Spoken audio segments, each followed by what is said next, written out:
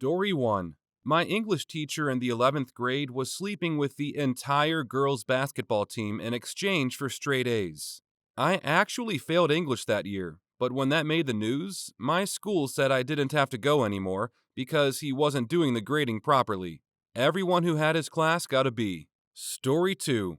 One year, in exam days, they were trying to add a new method to prevent cheating where a man from the administration comes to every class before every exam and collects students' phones, while sticking a sticker with a number on each phone and giving the same sticker to the student so he can get his phone after school without anyone taking someone else's phone that looks alike or something. This was actually working at first, until one day, some guy sneaks into our high school and came as the man who collects the phones while he wasn't. He stole so many phones and then left. Holy crap! Imagine the thrill of going classroom to classroom in disguise stealing phones.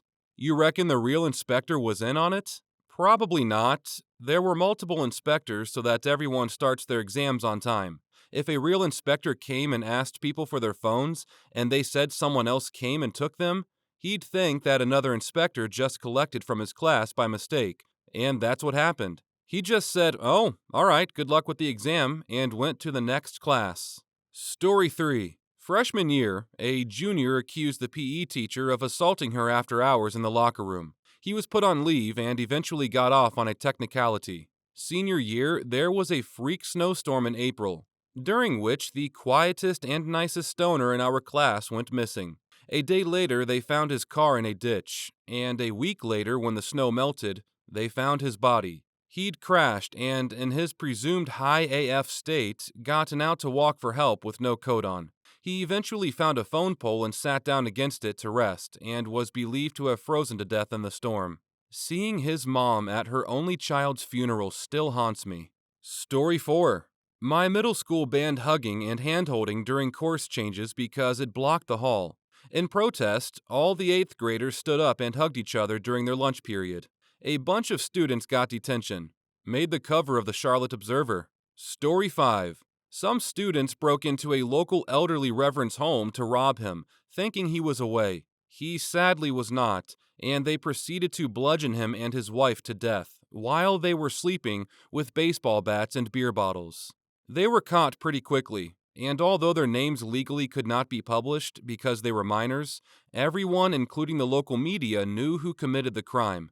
Media caused a circus at our school for weeks, harassing any student for comment. Many did because they thought it was cool. Although these three kids, 13, 14, and 15, were known to cause trouble, no one ever suspected they would be capable of a double homicide. Story 6. We had a computer teacher slash football assistant coach who was just blasted all day, had so many DUIs he had to get rides to work, but was the cousin of the superintendent, so he kept his job. Let's just say that when he crashed a student's car in the parking lot because he convinced them to let him borrow it, that was the beginning of the end of it. It was a small town. The scandal is that the super tried to cover it up by trying to convince the kid to take the heat for it. To no one's surprise, the kid was not convinced. They let him stay on as super for another 2 years. Story 7. In middle school, 8th grade, early 2000s, one of the hot girls sent a couple of nude pictures to her boyfriend, and it wasn't long until half the school had them. Police ended up becoming involved to make sure all copies were destroyed. In high school, there was a little scandal involving the teachers and a teachers' club called the Hot Tub Club. Faculty members that had hot tubs would host a weekly hot tub party with other hot tub owners.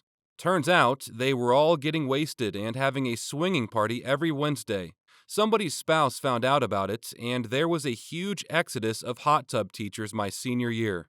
The main people involved with the photo were reprimanded but not charged. The girl had a sit-down with a counselor to discuss what happened, and we all had a big assembly to discuss the consequences that could happen if people shared those kinds of images. It scared a lot of kids straight. Nobody was fired from the school for being in the hot tub club. Teachers left because it was convenient timing with the opening of another high school, and there was constant babble about it. Just for clarity, this all happened in a small town in Western Canada. By the looks of my inbox, both are not uncommon occurrences. Story 8. A kid in my senior year short story class, who sat directly behind me, was charged with the stabbing, beheading, and burning of one of his friends/drug dealer. I remember the day like it was yesterday, sitting in my short story class when my teacher came in tears because she just heard the news. Students didn't find out about it until later. I actually have a friend who testified in his trial because he purchased the murdering materials at the hardware store she worked at. Story 9. This happened between my sister and brother graduating, so it would have been 1996 or 1997. The high school AG teacher started dating a student at some point. Everyone knew about it, and the parents consented. Our high school was, and still is, small enough to still participate in senior trips, and the AG teacher went along as a chaperone when his girlfriend was a senior. They shared a hotel room when I believe the student was still technically a 17-year-old minor. At the time, I remember my parents being rather put off by it, but they still hired the guy as a summer farmhand. I don't remember if he was fired or stepped down, but by the time I made it to high school, we had a different AG teacher. They got married and had a child, divorced maybe 5 or 10 years ago. Their kid goes to our high school now. I don't know why it wasn't a huge deal at the time, but no one really raised a stink or threatened to call the authorities. Today, it feels like a case of grooming by a predatory farm boy. Story 10. A teacher had an affair with a student. She was arrested and released on bail. Then, a few days later, she sent an email to other teachers saying it wasn't an affair, but that she was actually being assaulted by the student and blackmailed. She even attached screenshots of texts. Later that day, she murdered her husband and committed suicide. Story 11. First week of high school. In PE class, the first section was swim. Wasn't my class, but the class after. This kid was playing a game with his friends in the water. Who could hold their breath the longest? He was going up for air and hit his head on the pointy part of the gutter, and never made it to the surface. Friends didn't notice. The teacher didn't notice. Eventually, football players coming back to the locker rooms noticed. He ended up dying. The teacher was fired, although I wouldn't fully blame him, as he was attending and teaching the kids who didn't know how to swim or weren't strong swimmers. One adult for over 60 kids? That's the school's fault. Story 12. I was in 4th or 5th grade and someone sketched in the middle school bathroom not to go to school on Friday or I will bang bang. This was then brought to the attention of the county and state police, and we didn't have school that day, and the police searched everyone's lockers for a firearm. This was in Pennsylvania. They were never caught, and I do not believe they found a weapon. This was also at Derry Area Middle School while I was at Grandview for elementary. Story 13. This kid was taking his GCSEs, important exams in England until you get older and realize they mean nothing. Whilst at an exam, some kids got onto his phone, went onto his notes, and found a 4,000-word document consisting of his fantasies with other girls in his year. Clearly paid attention in English as there was some clever wordplay, like comparing his D to some world-famous landmarks. The screenshots found their way into a lot of group chats. There were about 20-odd screenshots, to put into context how long it was, and it basically acted as a vag repellent for the rest of his time at the school. Story 14.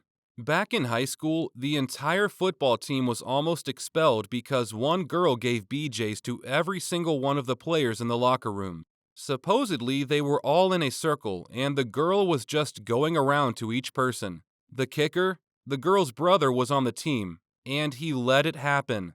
It's my understanding that the brother didn't partake in it, but he was effectively forcing her to not stop until she was done with everyone. The team ended up not getting in any major trouble, but the girl was suspended for a hot minute.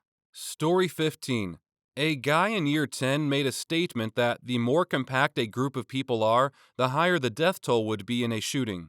And we were genuinely talking about shootings, and somehow people mistook it that he was going to do it. It was a joke, and everyone was playing along at first. Cut to 11 months later, he was in year 11, and the whole school knows. Rumors got out, the truth was beyond twisted, and changed into something different. Kids were actually scared to come in. Parents were angry, teachers were anxious.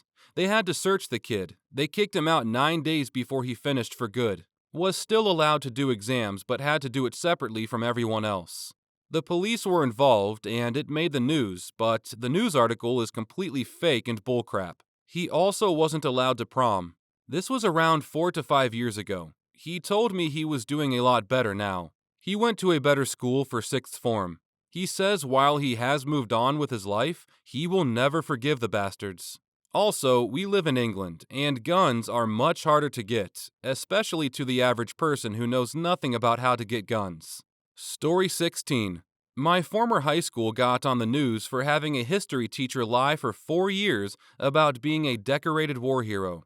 The guy claimed to not have one, but 2 Purple Hearts, among other things, and never even served a day in the military. Edit. I can't directly link to articles because of doxing, but I'm sure you can find it on Google. But it gets juicier. The truth came out because his ex-wife exposed him, sending evidence that he was making it all up to local news stations and the school. Why'd she do it? The history teacher was having an affair with another teacher in my school. We had a lot of weird teachers at my school, but I think this story shows just how much the administration hardly vetted teachers. Like, holy crap.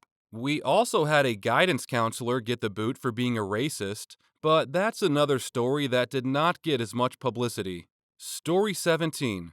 One weekend, a couple of kids from the hockey team had a sleepover. One of the older boys from the high school targeted them. He tied them up, assaulted them, slit their throats, and set the house on fire. One of the boys survived and is an incredible person.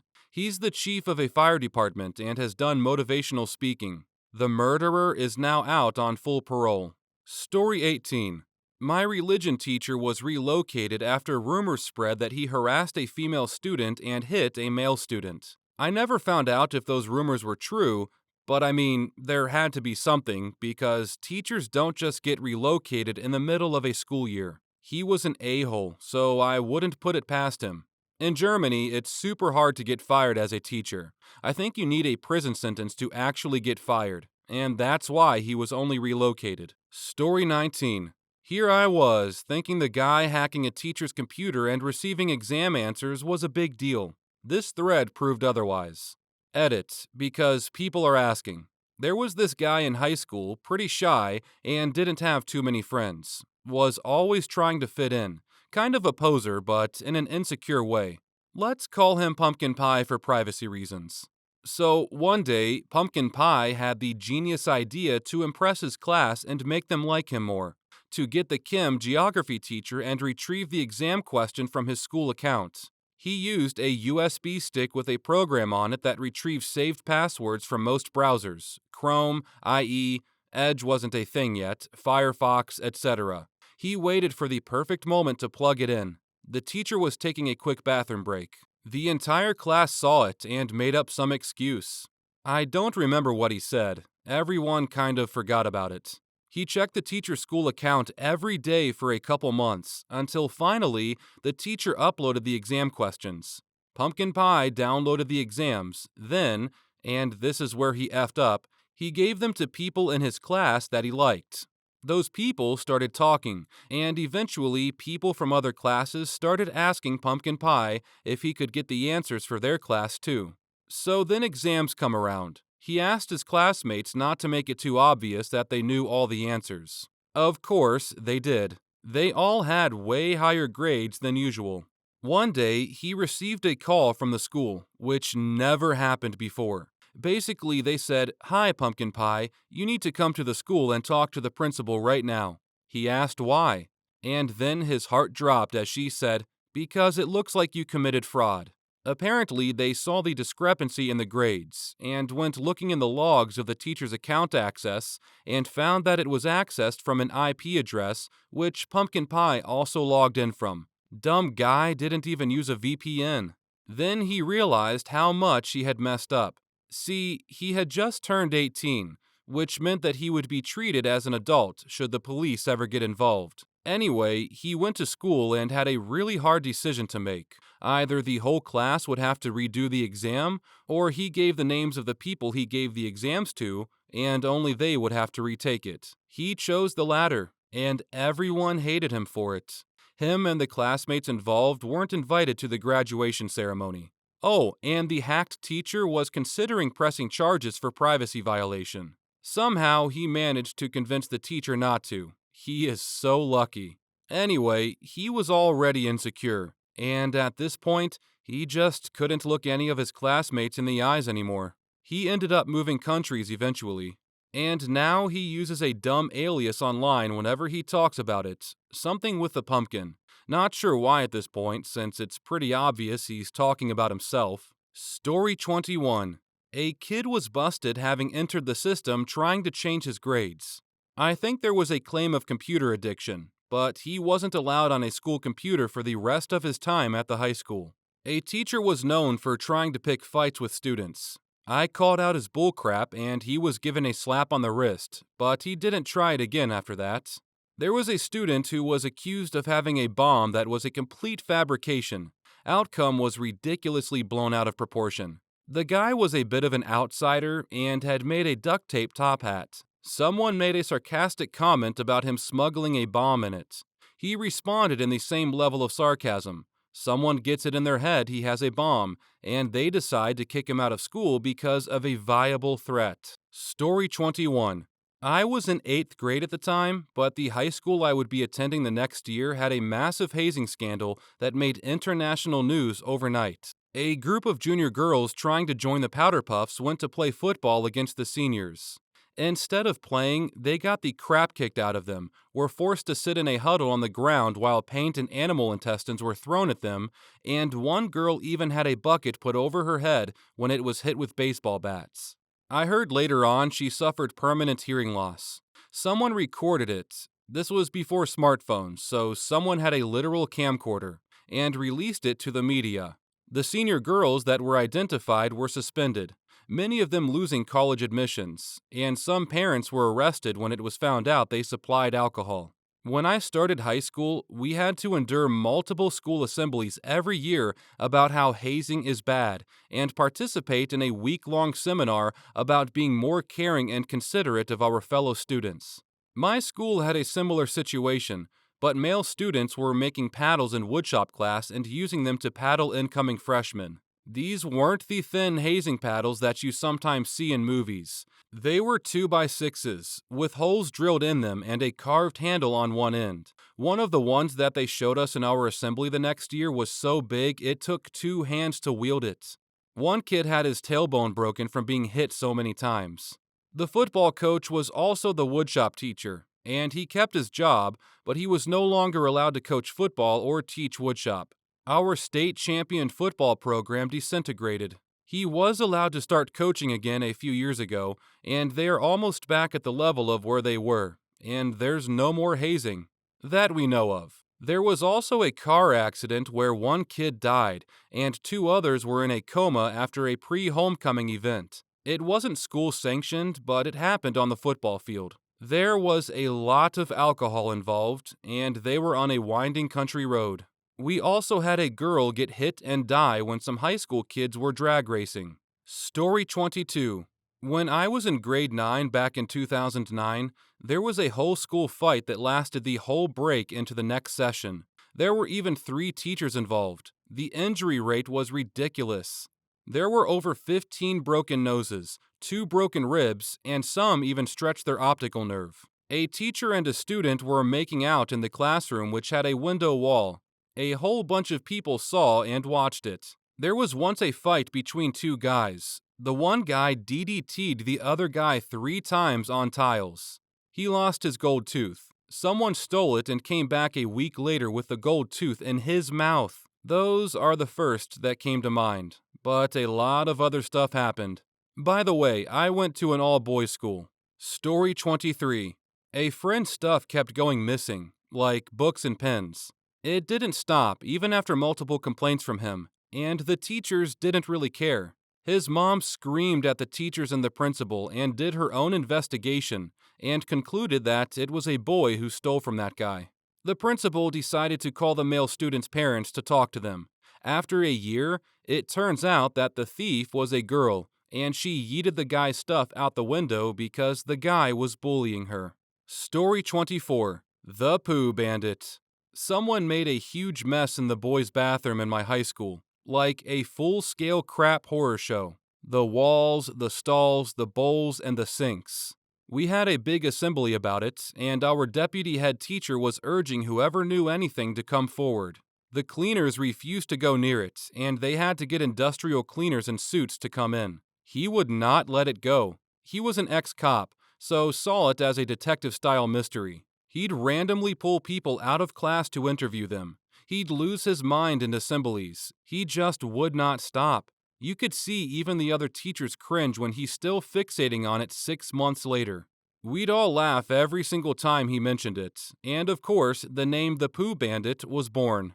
People would accuse their friends of it for a laugh, and one time this really sweet chunky kid got accused of it. He took it well, and saw the funny side, which gained him a lot of popularity in the end. I'm 30 now, and if I ever mentioned the Poop Bandit to any single person that was in my school, they'd instantly remember and start laughing. I remember one time someone said, "I am the Poop Bandit," in assembly, and then another person stood up and said the same thing, and then another, and another. It was one of the funniest things I've ever encountered. Mr. Pearson never did find the Poop Bandit. It forever remains a cold case scandal. Story 1. The large schoolyard at my school had a set of planters in the center. They were basically 4 triangles made of brick that pointed in at each other and created an X-shaped walkway between. The outside sides had a bench, each attached. People would sit and chat with each other on the benches, teachers and students alike. There was very little litter or vandalism. The plants were kind of pretty, insofar as any secondary schooler would care to notice. One year, a duck made her nest in one of the planters, and apart from a few, "Oh hey, a duck nest" comments, it was left alone. Then, for some reason, the school decided to rip the planters out. Took them 2/3 of the school year to do it, and blocked off the X walkways, so everyone had to crush by on the outside lanes between classes. Everyone was super curious as to what the planters would be replaced by. Turns out, nothing. They simply bricked over the holes left by the planters and left it as a huge empty space.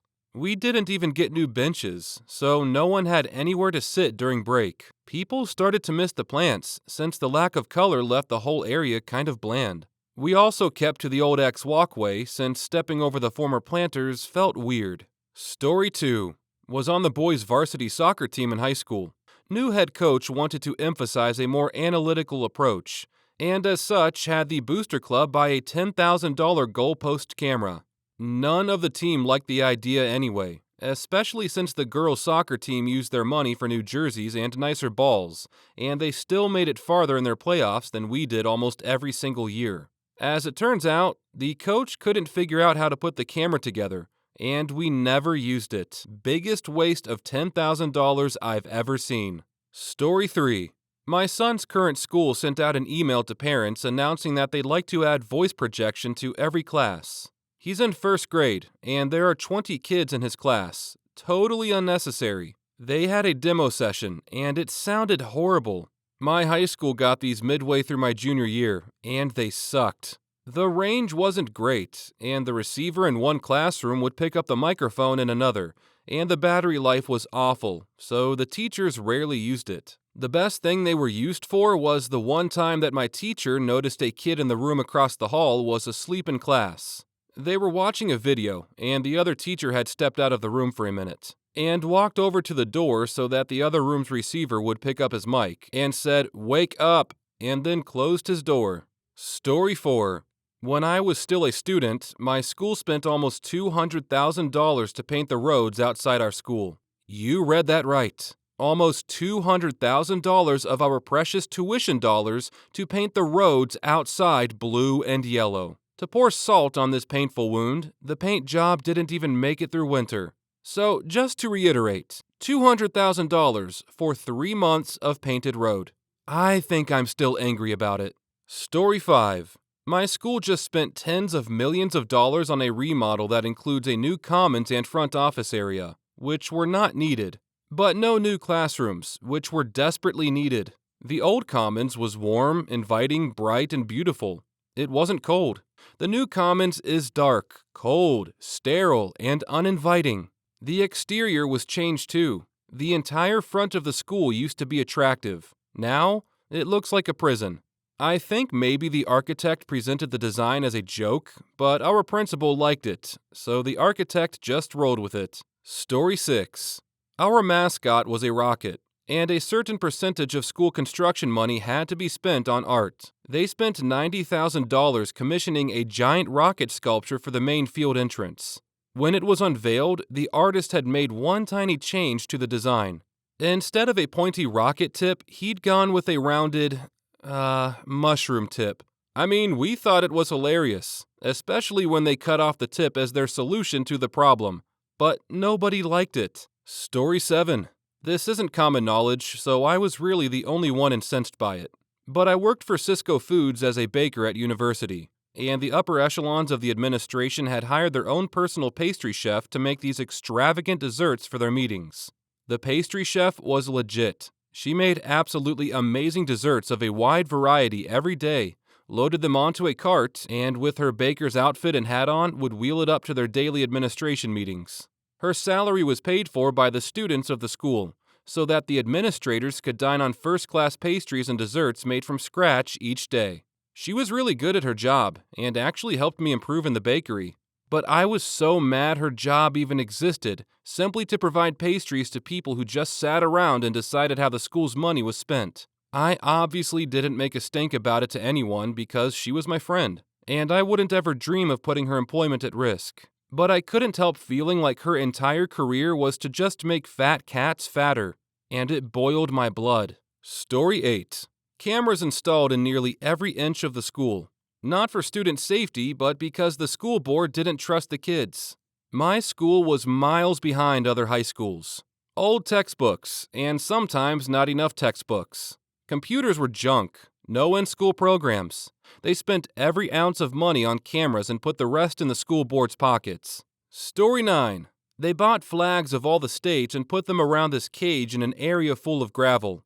They caged in the gravel to stop students from walking across the gravel. They also bought flags in the school colors to line the fence around campus. Only thing is, we were in an area which can get very windy with zero windshield, so those flags took a beating. By mid-year, they were an ugly, ugly frayed mess. Honorable mention was the bridge they built across the courtyard we weren't allowed to walk across that they eventually paved over. Shout out to the flagpole a kid did for Eagle Scouts that was taken down that same year by admin. And big shout out to the admin during my little sister's years there, where they sealed off all the inner hallway doors and added extra doors outside to stop students from traveling between classes indoors. Don't know what that solved, except adding extra minutes onto your travel time between classes. Story 10. In 2011, my college spent $32,000 to have Snooki come in as an inspirational speaker in some misguided attempt to connect with freshmen. Around the same time, there was a growing student-led movement to make the school more affordable. The student board revolted, and people confronted her during her speech. It was a glorious mess. That sucks, because my school had two epic inspo guys. One was a chalk artist, and he talked about how he was shy and bullied and but then found art, and it helped him come out of his shell. And while he's talking to you about this, he was making a massive chalk drawing of mountains and stuff. That was really awesome. Then we had a guy put on a show about the dangers of electricity. He worked for an electrical company, so he made some crap go bang. Unlike Dare, it was actually effective. No one was messing with electricity after that. Story 11. I went to a Catholic high school. Very few of the students were actually Catholic and went there because the local public school district was terrible. We won some contest or grant, and the school said they would allow the students to pick what the money was spent on. The options were new flooring for the gym, renovating the courtyard next to the chapel into a prayer garden, or renovating the courtyard next to the cafeteria into an outdoor eating space. Most people voted for new gym floors, and some people voted for the outdoor eating space. I do not know of anyone who voted for the prayer garden. Guess what won? The prayer garden. People, even teachers, were furious as the voting was clearly rigged to give us the appearance of a choice. If they really wanted a prayer garden, they should have just done the work without putting it to a vote. The funny thing about the prayer garden is that they actually made it nice and put in benches and plants and whatnot, but it was always locked and never used. Administration would often say during tours, Oh, look at our lovely prayer garden for students. They voted for it. No, we did not. Story 12. Laminated ID cards that everyone had to wear around their necks on some dorky lanyard. No one did it, so they made it punishable by detention. After that, half the students still didn't do it, and the detention hall became so overwhelmed that they began to make backlogs. After a few weeks, not wearing a lanyard gave you a detention 2 months from then. Eventually, detention became so backlogged that the students started doing more severe transgressions because they would have graduated before they could actually be forced to go to their detention. After about a month, no one had to wear their ID cards at all anymore. They said it was for security purposes, so no one could sneak into the school. The thing is, you could put literally anything in the lanyard, and no one would check if it was your actual student ID card. I had a blank index card in mine, and no one ever said a thing to me. If someone actually wanted to sneak into the school, all they would need is a lanyard, and no one would ever check if it's actually authentic or not. Story 13. My school wasted so much money on plastic ID cards that you were supposed to scan into every room to assure you were there, and the IDs were also keys to get into the buildings. If you didn't have your card, you didn't get in, and you would also get in-school suspension. It wasn't a bad system, because you could easily take a photo of your ID to scan into rooms, but you'd have to bum a buddy to get into a building. But once there were internet problems, the whole system would shut down. And living in a rural wheat town, you could expect wind and rain and tornadoes and all that fun junk. Story 14. Well, we liked it at first. Not so much after. I followed a product development study, and we got a fancy industry-grade laser cutter in our workplace. Then, after a couple of people were able to use it, the teacher decided it needed cleaning. She proceeded to use a toothpick and shove it into the nozzle where the laser comes out, damaging the mirror inside the machine. We had this thing for less than a week. 2 years later, I graduated. As far as I know, that thing is still broken. Story 15. My school buys so many useless things. Or at least when I went there. They dump all their money on the football team. Obviously, the football team doesn't really care, but other people did. One thing that everyone has a common hatred for that the school bought, even the football team, is the inflatable the school got. From what I heard, it costs about $4,000. It's this big inflatable that people could walk through. The inflatable has the school's mascot on it, and it's just plain weird. There were so many ways the school could have spent that money, but they chose to spend it on a stupid inflatable that's only used like 3 times a year. Story 16. Administrative bloat. When my father went to high school in the 1930s, each school had a principal and an office lady. The school board was a bunch of local businessmen who met once a month at the Grange Hall. When I went to high school in the 70s, each school had, take a breath, a principal with a secretary, a vice principal with a secretary, a dean of boys with a secretary, a dean of girls with a secretary, a dean of students with a secretary, and a full staff of counselors. The school board consisted of full-time politicians who occupied a permanent 2-story building with a full staff. Story 17. Principal's salary. Our old superintendent had a salary of over $200,000. Plus, in the year where a bunch of teachers had to be laid off because of a budget shortage, he got paid another $200,000 for unused vacation days. It should also be mentioned that it's been an open secret of him being a bit of a creep for decades. He's always had a very nice car with his initials as a vanity plate, and he resigned last year after sexual harassment allegations. Another thing I should mention is that this is all coming from a pretty poor school district. Story 18. Yonder pouches. You put your phone in them so you won't get on it during school. The bad thing? They are magnetically locked. You know when you buy something from a clothing store and they have to take that device on the clothing off with a super strong magnet? Yeah, that's how you open these to get your phone in and take it out. A couple of people had their speaker on the phone destroyed because of these. The worst part is the punishment if you are found with your phone not in a yonder pouch. If they hear your phone go off in the pouch, or they see you have your phone out in class, or anything of the sort, they take your phone away for 2 days. 2 whole days. You won't have your phone that night or the next night. If you lose it on a Friday, you won't get it back until Tuesday. We don't do school on Mondays unless it's a snow makeup day. Nobody uses them. We all either leave our phones in our cars or shut them down and put them in our backpacks. Of course, the teachers like to try and search inside of the backpacks, which aren't even allowed in classrooms anymore. We also don't have lockers anymore. They tore all of them out and replaced them with shelves and cubbies to set the backpacks on. It's safe to say that quite a few things have been stolen. My school kind of sucks. Story 19.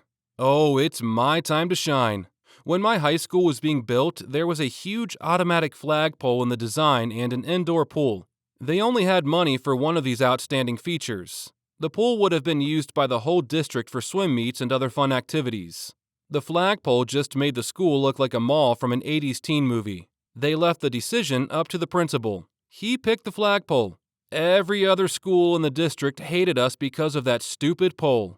The best part was, it didn't even work in the rain. It didn't work in the rain, in a southeastern coastal city where it rains like 200 days a year. Story 20. My country is still a developing country, so many new technologies are not implemented and properly operated. 2 years ago, my high school installed an ID and a fingerprint scanner at the school main entrance gate so they could track whether the student came to school or not. Every student had to pay like $5 to $10 to get a personal ID card and get their fingerprint in the system. The principal was very serious with this the first week. Then a couple of weeks later, students started forgetting their ID card. Some of them purposely annoyed the teachers, as if they didn't know how to use the machine or even put their fingers in the scanner. Then the machine started malfunctioning, and eventually just stopped working one day, and stood at the entrance gate, all dusty. A year later they did this again, and stopped in a month. I don't know what's happening now. Story 21. When I started secondary school, we had a canteen with proper home-style food being served. Cooked fresh, real meat and vegetables, cooked portion sizes. All the students loved it, and it was well used. School decided to replace this with a fast food-style setup with processed burgers and fries to try and appeal to the kids. And up the prices too. Within a month, nobody visited the canteen anymore. Practically every kid in the school started bringing food from home. It took 3 months till they changed everything back again. Massive expense for absolutely no reason. Story 22. Lockers that didn't even work. Back in 2017, we had some school funds that were supposed to go into some new improvements to the school facilities. Some background information. In Singapore, it's part of secondary school culture to decorate our classrooms inside and out during certain parts of the year, like the Chinese New Year or some school event. That's a part of team building. Every class had something unique about them that they could show off to the rest. In the story, our classrooms all have windows facing the corridor outside. Decorations were usually placed right under the window so people walking by could see them. The new lockers were installed right outside our classrooms, covering the walls and blocking the decorations. The locks were made out of some cheap metal that oxidized within 1 week or so of use, and the lockers were made of cheap plastic. Nobody even used them because you could just grab the whole lock, twist it, pull it, and then manually open them because even the glue attaching them to the doors was weak. Eventually, we used the lockers for free without even paying for them because there's no way those deserved our money. We just picked one locker and then randomly kicked things inside that no one would steal, like our schoolwork. It was hilarious. Story 23. My school had basically no proper heating or air conditioning. In Minnesota, most winters were cold enough for teachers to hand out blankets in some cases. Spring made you grateful for gross water fountains as you were sweating buckets. After a scandal involving underage girls, we were given a new vice principal. Her first decree? New windows. From what I've heard, it was a lot of money spent. We had to deal with construction during some classes for a good few months. Some classes even relocated due to them working. And what was the end result? Windows that can only open on the first floor, with black see-through shades. Let me say it again. With no real air conditioning, we had sun-absorbing black shades sweltering us even in the spring and fall. Couldn't open up a window on 2 floors to let the breeze in, and they couldn't even block out the sun's rays enough to make a classroom dark enough for a projector to function. Naturally, just about everyone despised her from the start. Story 24. My school buys anything and everything when it comes to the athletic programs. When it comes to our fine arts programs, band, theater, BPA, BOA, UIL, etc., they're stingier with the money than anyone in the world. They only start to give some sort of cash whenever these programs go farther than regional matches or state-level matches. But when the football team loses for an entire season, they're willing to spend $20,000+ for the football team.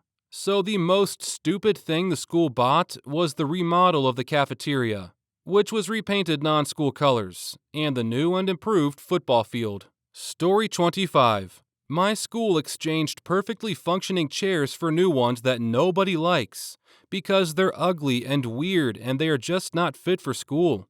Meanwhile, windows are broken, the toilets are disgusting, the blackboards are so old that the teachers may not let students write on them because they could fall off. The list goes on. A lot of German schools are in such bad condition, and nothing much is done against it. It's actually really sad how Germany gives a damn about educating their youth, but complains about lacking experts in all kinds of fields. Story 1. We used to nug people's backpacks. This involved taking all their books out of their backpacks, flipping the pack inside out, replacing the books, and zipping the backpack shut. The results looked like a genetic chicken nugget. Some people's backpacks were so broken by it that flipping took almost no effort. We would sometimes sneak into people's classrooms that had a split lunch period and nug all 30 packs while they were gone at lunch. We called it burritoing. And someone did it to a football player who was having a hell of a time getting his steroid dosage right, and he went on a rampage in the middle of fourth period government. The wrestling coach in the next class over straight up dropped him. Story 2. The oddest trend that swept through our school like a whirlwind of eccentricity was the era of pencil spinning. Picture this: students meticulously perfecting the art of twirling their writing utensils between their fingers, as if auditioning for a circus act. It was a mesmerizing spectacle to behold during class, transforming the mundane task of note-taking into a performance art piece. The craze may have faded, but the memories of our pen-twirling prowess remain etched in the annals of school history. Story 3. There was a brief period in middle school in the mid-90s where a lot of boys had yo-yos for whatever reason. I was a bit baffled, to be honest. It's like I showed up to school one Monday and everyone had a yo-yo. And as peer pressure at that age goes, I begged my mom to get me one too, even though I had no real desire to play with one. I just didn't want to feel like the weird kid that didn't have one. I feel like that trend died out really quickly though. Story 4. Hands down, it was eraser shavings. We had this thing called eraser shavings, where you'd take erasers and rub them against those textured blue plastic school chairs. You probably know the ones. This was done in the open, then covertly, once the school caught on to it and discouraged the activity. We'd have at least half the class doing this all day, and at the end of the day, one kid would produce a large pencil box and go around collecting everyone's piles of eraser shavings. During the book fair, we discovered that there were these huge novelty erasers that shaved down really nice-like, and everyone in class bought them, to the point they sold out at the book fair. Cases upon cases, bankrolled by the rich kids and given out to the masses. For weeks and weeks, we ground down those erasers, until the kid with the pencil box was at capacity, and we had to have another kid with another pencil box step in. But soon that too was at capacity. So once more, another kid, another box.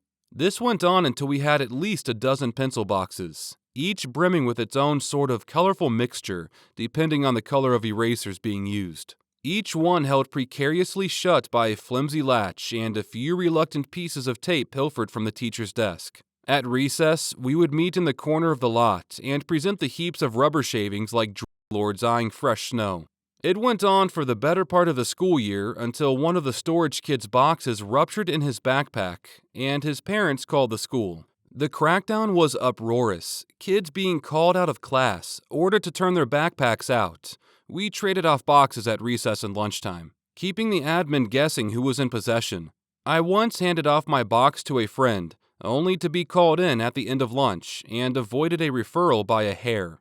More than one backpack was roughed up by a custodian, only to vomit forth its rubbery rainbow cash in voluminous plumes all over the office. The uncountable hours of children's toil dashed upon desks, papers, and carpet.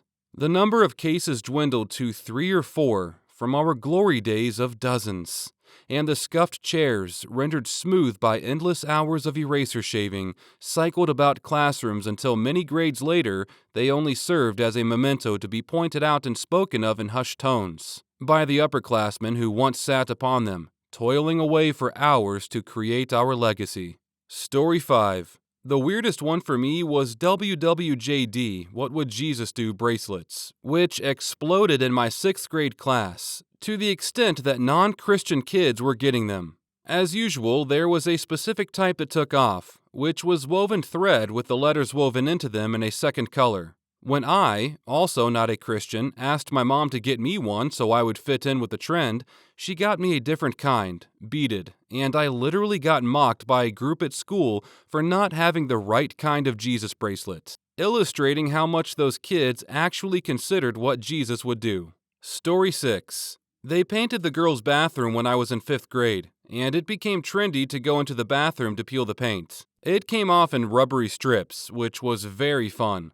I don't think the teachers used our bathroom, so I guess nobody noticed that we were destroying the new paint job until it was too late. I remember my friend whispering to me, "I'm going to peel paint. See if you can get excused in a few minutes so we can do it together." Bizarre trend. Story 7. It might not be the absolute weirdest, but I don't think there was any pre-internet trend that took over more quickly and completely than POGs. They were just collectible cardboard discs with pictures on them, and there was a game where you hit stacks of them with a plastic or metal slammer to win another person's POGs. I think it was literally a matter of weeks between when people started playing when they were at recess and when they had taken over so fully that kids were fighting about them. The school admin figured out that they were gambling with them, and they got banned. Story 8. I'll go first. My year used to always make the substitution teacher's day absolute hell. I'm sure it happened with other years too. It got so bad once that a sub just got up and walked out, and we never saw him again. Feels bad in hindsight, but I wasn't involved. But I also never found the lesson useful if it was covered by a random sub either, so it was just whatever. I hated whenever there was a substitute teacher, because my classmates would always take that as an opportunity to put on their worst behavior.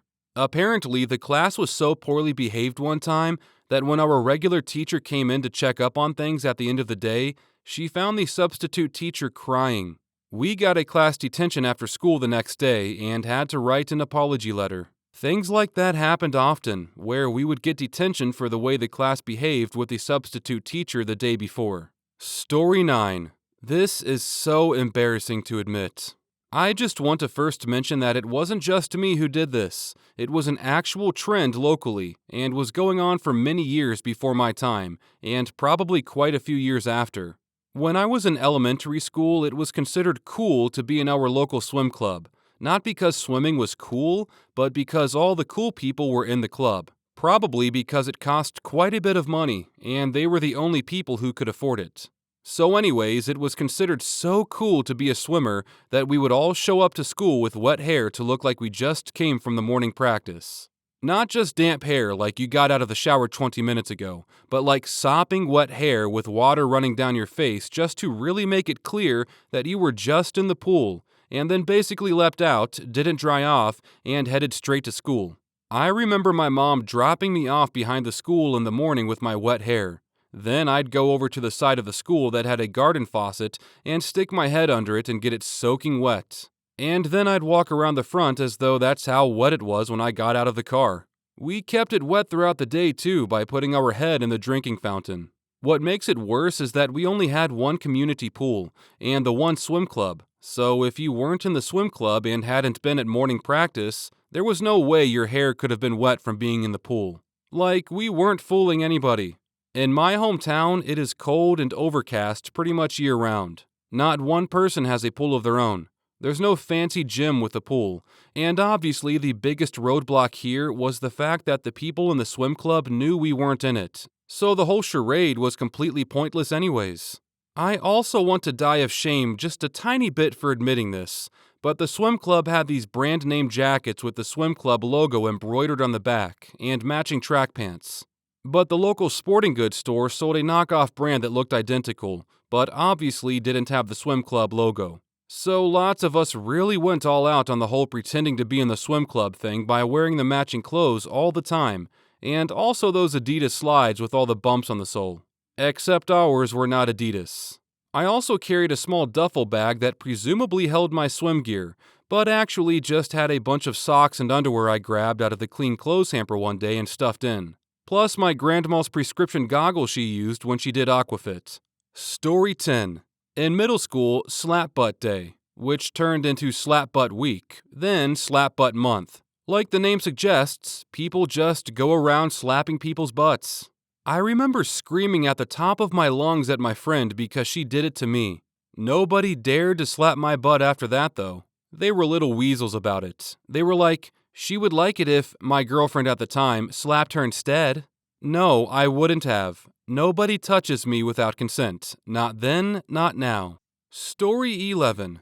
In middle school, all the boys, myself included, played RuneScape. I'm talking literally at least a third, if not half, of every class. Fast forward 4 years to high school where everyone is far more concerned with female attention, yet most of us were still addicted to RS. Dorks like me were strictly excluded from cliques in real life, while invited into them through the back door of playing the same game and needing as many people as possible for specific bosses and clan activities. Fast forward another 10 years to now. Did all the Kool-Aids end up working for the nerds? Of course not. Did my entire generation have a game that united us all as digitally equalized knights? You're damn right. Story 12. Yo-yos were really trendy in 6th and 7th grade for some reason. Having a cool yo-yo and being able to do tricks was a status symbol. All I had was a Duncan butterfly yo-yo, but I learned how to do some pretty cool tricks with it. Other kids had crazy light-up yo-yos with ball bearings and all sorts of crap in them. Wearing an oversized shirt and tucking it in only over your belt buckle was a thing too. And wearing a braided leather belt that was too long and letting the extra hang over. Jinkos were a trend that I luckily was just a little too young for, but my older brother had a pair and looked absolutely ridiculous, with a chain wallet to match. Even though he was what the kids called a prep back then. Moving on to high school. I went to a public high school, but there was some sort of religious revival, and prayer circles became a big thing. It was definitely trendy because all of the popular kids would carry teen Bibles around and pop up prayer circles everywhere. Before school, at lunch, after school, at sporting events, even at Sonic. Now that I think about it though, it probably had something to do with 9/11. Shortly after that is when all the religious stuff became trendy. Tamagotchi and Nanopets were big in 3rd and 4th grade, but they were kind of cool. The other stuff was weird. Story 13. It was a trend only the boys did, but they would nut tap each other throughout the day, and whoever could get in the last one before the end of the day was the winner. Also, I remember we played this weird game that if someone poked the inside of your palm, you had to keep that hand closed in a fist until you smacked someone's butt. Also, breaking each other's colored jelly bracelets for sexual acts that we were all too young to be doing anyway, so it was all just for laughs. Story 14. Weirdest non-harmful? Silly bands. Weirdest harmful? A song/game about Asian children that we would sing while pulling at our eyes. We were 7. We thought you had to be mean to be racist, and we were trying to be funny. It's bizarre to think about, because it shows how defining racism so simply causes the opposite effect of the desired outcome. All actions are fine if they don't fit under one definition sort of deal. They tried to simplify racism to kindergartners as being something only villains do, and it backfired pretty badly. It affirmed what we were doing was okay, and I still feel weird about it. Story 15. Grade school. The FEM test. This was mostly done by boys, and the test was to scratch the top of your hand with something sharp until the witness said to stop. If you stopped before that, you were deemed a femme. Most of the boys had horrific wounds on their hands, so the school sent letters home, and they started questioning any student who exhibited any signs of a hand wound to see if they participated in the FEM test. My younger sister, an avowed tomboy, was called into the principal's office twice for suspicion of a femtest wound. She actually scratched her hands while hiking down to the lake. My mother had to confirm that my sister had indeed not participated in the femtest. Kids are idiots. Story 16. We had a lot of weird ones very specific to my high school thinking back, and I never really thought about how weird they were until now. When I was in early high school, there was a trend among the girls involving these gola bags. Everyone had one, but it was a thing where you couldn't have one the same color as someone else unless you were close friends. Like, someone buying one which was a color someone already had was considered a huge insult. It was so weird, and I've never found any other school where this was a trend. It wasn't cool to have a backpack, only a satchel bag. If you did have a backpack, it had to be a fashionable one, with thin straps, not a regular backpack. And if you did have a backpack, you were supposed to wear it only on one shoulder. Wearing a backpack on both shoulders, as you're meant to, was considered uncool for whatever reason. My school had a uniform which included a blazer, and it was a thing, for some reason, that it was considered incredibly uncool to button up the blazer. Everyone always wore them open. You only made the mistake of buttoning it up on your first day, and then never again. No idea why that was a thing, but anyone who had their blazer buttoned up was considered a nerd and uncool. Story 17. One that comes to mind is someone writing someone else's name on the palm of your hand, along with a time on the top of your hand. If you looked at it before the time, you had to ask them out. Imagine being asked out because it was kind of a dare. I mean, I was always the one that everyone was grossed out by, and it's just kind of nauseating, someone being forced to ask you out because it's a dare. Another one was the MASH, or whatever it was called. It had who your future wife or husband was, how many kids you would have, what your job would be, what type of house or car you would have, etc. But at least this one wasn't a, hey, you have to go ask them out now type deal. Story 18. I remember having strict dress codes for both boys and girls that were monitored very closely. Silly stuff, like no jeans, no sneakers or white socks, for boys. Dresses had to be no higher than knee length, girls. No low tops or tight dresses or tight sweaters, girls. Nothing over 2-inch heels, no t-shirts, must have a collar. No sunglasses, no long hair, boys, and combed, both. No smoking on school premises, no hoodies, no holding hands, or anything sexual. No talking in class, no screaming in the hallways, no entering a busy classroom without knocking and being invited in. No note passing. Must call teachers by Mr., Mrs., or Miss. And if you were caught not having your homework done, being sent to the principal's office. Story 19. Glue flip. Basically, you'd take a stick of glue, twist it all the way up, and throw it so that it would stick to the ceiling. For a few weeks, every ceiling in school was covered in glue sticks, until one day when one of those fell down, and a teacher stepped on the glue. Cue a school-wide witch hunt for those who started the trend. And when the two boys finally confessed, they had to pay for a longer ladder for the janitor so that he could safely remove all the glue from the ceiling. Story 20.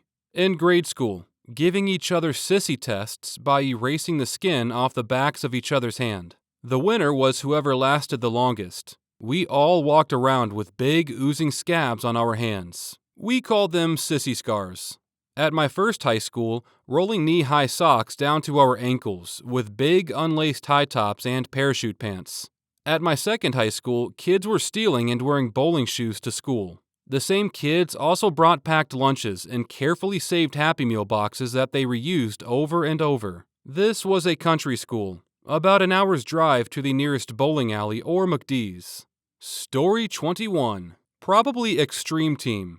Basically, jackass-style stunts that 1, we filmed, so there's evidence of all of it. And 2, no safety precautions were ever taken.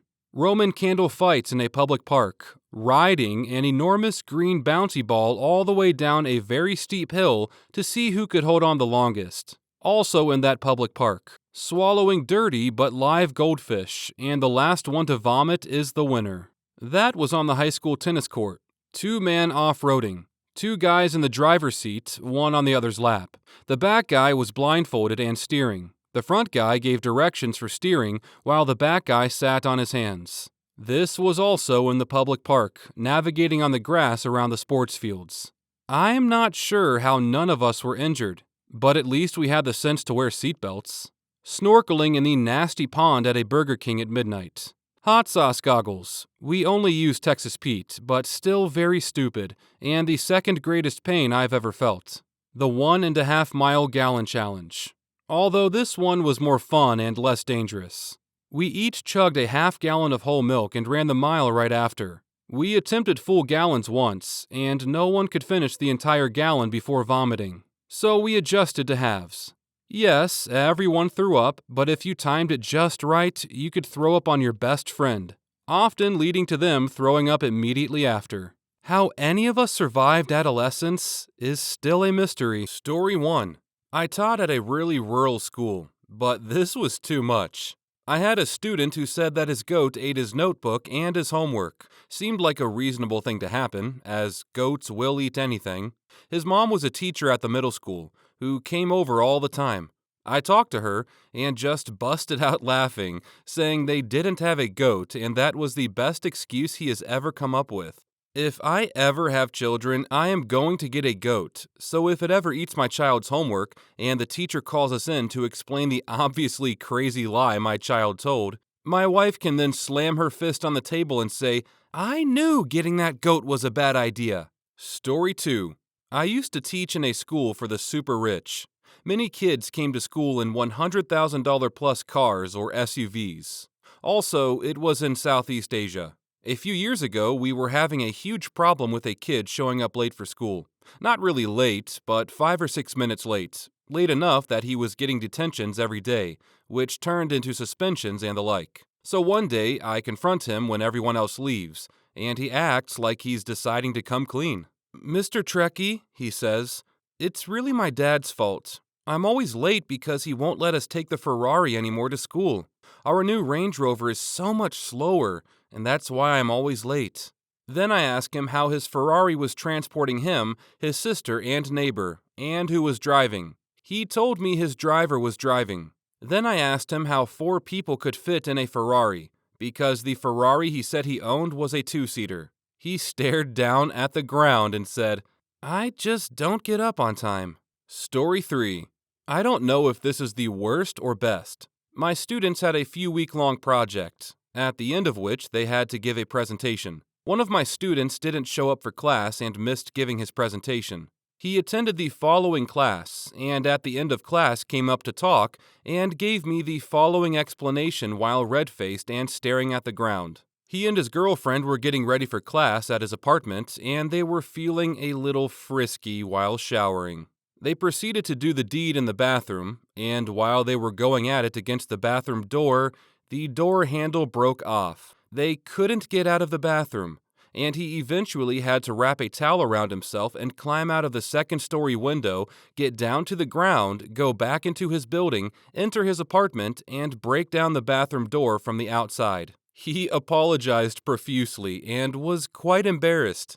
I never had to try so hard not to laugh in my life. I let him give his presentation the following class. Story 4. Surprisingly, I haven't had any crazy excuses yet. Most kids just say don't have it or didn't do it nonchalantly. The apathy. But there is one time when I lost their assignment and had to explain. I was grading one-page writing assignments over spring break. I had gone somewhere a few hours away. Honestly, I don't even remember where. I think it was some sort of beach. On the way home, the windows of my car were open, and the folder with their papers was on the back seat. Needless to say, the folder opened and quite a few papers just flew out the window and into God knows where. For any of the grades I didn't remember, I just met with the students so they could remind me what they wrote. It wasn't a big grade, so it wasn't a huge deal. But it was pretty funny.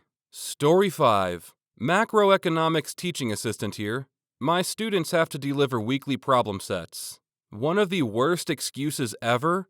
I thought Max, other student, was going to make and deliver mine. The problem sets are individual. The stupidest comeback? Can't I just photocopy the next one and deliver it twice? The funniest? My mom said I needed to party more, so I went to the club. The club part is true. I saw him there. I told him that excuse was not good enough. 3 weeks later, found him in the same club. He approaches me and says he brought the problem set. 10 minutes later, he's in a table doing that week's problem set. Story 6. I had a basketball game after school, and when I got home, my parents made me cut the grass until midnight. Then, my sister got sick and we had to take her to the ER. Similar thing happened to my friend Nick. Background. We live in NYC, and his dad came into a bit of money.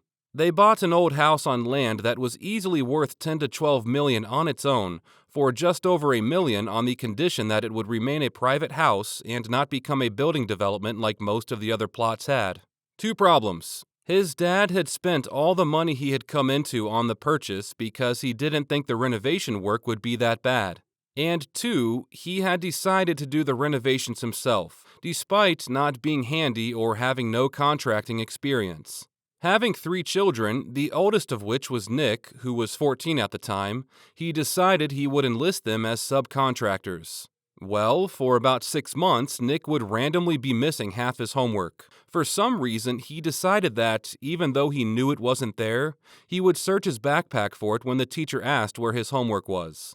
Mr. Aniano finally caught on to the stupid charade and would give him a hard time. Yeah, search for it. I'm 100% sure it's there, Nicky. Maybe if you wish hard enough, it'll show up. All dripping with sarcasm. Finally, Nick got fed up one day and yelled back, I was sanding floors until 3 in the morning. It was true. Mr. A laughed and called him the worst liar ever. Story 7. One of my first graders was a bit of a liar, just like her mom. Every time they were running late, there was a wreck or a flat tire, or they ran out of gas. One day, she said she didn't have her homework, a simple paper where they looked for shapes around their homes. She said her pet ferret took it out of her bag, dug a hole in the wall, carried it to the basement, put it in the washing machine, stole the keys to her mom's car, and ran away. So that's why she was late and had no homework. I asked her sister about it. She said they didn't have a ferret or a basement. Story 8. At my first gig, I was teaching a computer literacy class with 6th to 8th graders. The 7th graders outnumbered the rest. Nearly every day, the students would try to get me off topic by talking about MySpace and determining how they could find my MySpace account. They didn't believe that I never made one for myself. Anyway, one day after everyone got into a pissing contest over who had the most friends, I gave them a homework assignment. It seemed that the people with the most friends on MySpace had no access to a computer to complete the assignment. I was fairly annoyed with a lot of them. Story 9. I worked in a state where they do a lottery, so the kids that went to our school didn't necessarily live right around the corner. Some of them were there because they had been kicked out of all the other closer schools and now had to come to ours. Yeah, I worked in a winter. One girl was habitually late to my class. Every single day. I collect homework at the beginning of the class to make sure that they don't, do their homework when they're supposed to be doing other things. This day she shows up late, again.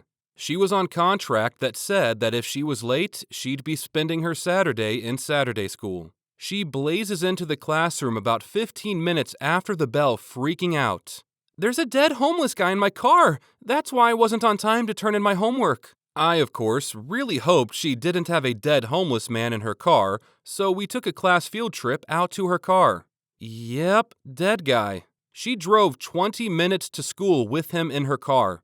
I let her turn in her homework. Story 10. He wanted to turn in his assignments after his final, and we would no longer be meeting as a class. I said, well, I need it before the summer starts because I'm leaving on a trip the day after and will have all my grades turned in before I go. The next August, I am in a before school starts meeting. He comes walking in. It was an open cafeteria area. Doesn't let the speaker pause and says, here you go. I was confused, partly because I couldn't remember who he was, and partly because I was focused on the speaker, and partly because I was embarrassed for interrupting the meeting. I asked what the stack of papers was. He said, the work you wanted. I flashed on the previous June's conversation and asked, you mean the work I wanted before the summer started? He replied, oh, I thought you wanted it before the summer ended. We just looked at each other for a while. Some giggles rippled around the tables near me. I took the papers. He gave a big, double-browed eye roll like I'm slow and don't get it. I guess it wasn't necessarily an excuse, just a lack of communication. I graded the assignments. He attempted 3 of the 10. He finished 2 of the 3. About half of his answers were incorrect. It raised his grade from a 48% to a 50%. Still an F. Story 11. Not a teacher, but when I attended private school for a year, there was a kid who would be signed out of class early to go deer hunting. He'd end up missing the homework being assigned, but counted present. Eventually, deer season ended, and he had to do his homework for once. The first assignment he had to do was maybe 3 math worksheets, front and back. Say 60 math problems, all easy and multiple choice. The next day, he turns in 1 sheet, just the front done, and says that was all he could do because he was constipated all night. The teacher said, "You know, I've heard some bad excuses, but at least you're telling me now that you're full of it." When I asked him later about it, he confused diarrhea with constipation and thought it was a good excuse. Story 12. Not a teacher, but I had an issue with an English paper once. We had to choose an author and get the choice approved by our teacher, and then use books from the school library, and only the school library, to write a report on them. I had chosen Douglas Adams' Hitchhiker's Guide to the Galaxy. I had previously borrowed the books and knew we had 3 of them: Hitchhiker's Guide to the Galaxy, So Long and Thanks for All the Fish, and Mostly Harmless. We had 6 weeks for the project. Second day, I go to the library to check the books out, and they're already checked out. All of them. I wait a few days and go back. Still checked out. I ask the librarian. They had been checked out weeks ago and never brought back. I go and talk to my teacher, asking if I can change the author I picked. He wouldn't let me. I explained the books that the library was supposed to have had been checked out weeks ago and were overdue according to the librarian. His response was that I should have thought about that before picking that author. Seriously? I ended up failing English that year. The report was something like 60% of our grade overall. And this is after my parents came in and had several discussions with the principal about this. I ended up acing English in summer school, though. That guy was a mega douche. Story 12. Online class. Student didn't log into the course for the first 2 weeks of a 6-week class. She emails to say sorry, that she's been busy planning her wedding, and can she turn in work late. Also, her wedding is that weekend, and she's going on her honeymoon after. So, of course, she can't do the work then. So, can she just do the work when she gets back? I laughed and emailed back a huge no. I was getting married that summer too, yet I managed to plan, grade, and respond to student emails at the same time as getting married. Second best, student emailed me after the due date to ask for an extension. She and her boyfriend got in a fight and took off with her spare keys. She had locked her own keys in her car, and her laptop was in the car. She couldn't email me sooner because she had lost her phone. No explanation for why she couldn't just use another computer. Third best. Student turned in work late and then emailed me a 3 to 4 page explanation for why it was late. The condensed version was that he had taken caffeine pills to stay up late all night to complete the paper, but then had fallen asleep in the library in the middle of the night, and when he woke up, he kind of started hallucinating about whether or not the paper was finished. Story 12. A friend of mine who's a teacher had a student that was notorious for not completing and turning in his assignments. A parent-teacher conference was scheduled and seemed to do the trick. He was completing his homework and turning it in on time. A couple of months later, he comes into class unprepared. My friend asked for his homework, and he didn't have it because the FBI took it away. The reason was true. His father had been taken into custody and a warrant was served. The student's homework was taken as possible evidence. Story 13. That they were flying home over the weekend, and when they put their bag in the overhead bin, they found some white powder loose in there. They told the airline, who cleaned it up, but since it was clearly weaponized anthrax, they were too anxious about their pending death to finish their homework. When they told me this, I gave them the no-penalty extension they asked for, and in return, after they didn't die, they gave me a low teaching evaluation with the comment, "Doesn't care about students." Story 14. I had a teacher not accept my homework because she thought my excuse was bullcrap. I live on a farm, and when I was going to class one day, some of my cattle broke through the fence, and I had to stop and get them back in and mend the fence.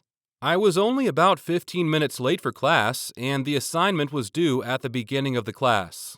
I also had another teacher fail me on a homework assignment because I asked her to leave early because I had a spider bite that was definitely infected, and the skin was pulling away from the bite. Sometimes, excuses that are so far-fetched are actually true. Story 15. Obligatory not a teacher, but in college I had this terrible nutrition class that I had to take for my general degree. I was finishing up my worksheet before class when my roommate came home after going to margarita happy hour, 12 to 3 p.m. in my college town.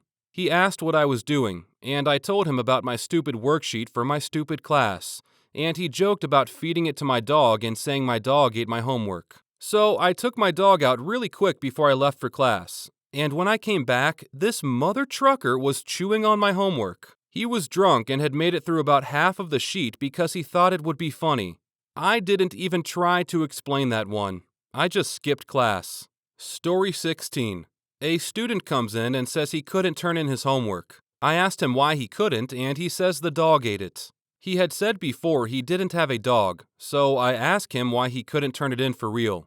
His eyes fill up with tears, he looks down sadly, and quietly says, "Let's dispel once and for all with this fiction that Barack Obama doesn't know what he's doing. He knows exactly what he's doing. Barack Obama is undertaking a systematic effort to change this country, to make America more like the rest of the world." Story 17. My girlfriend is a teacher. She got so sick of students not handing in assignments on time that she came up with a system wherein to hand in a late assignment, the student had to fill out a sheet explaining why the assignment was late, and then have their parent or guardian sign off on it. If they didn't fill out and turn in the form, they get an incomplete on the assignment. Not allowed to fail kids anymore.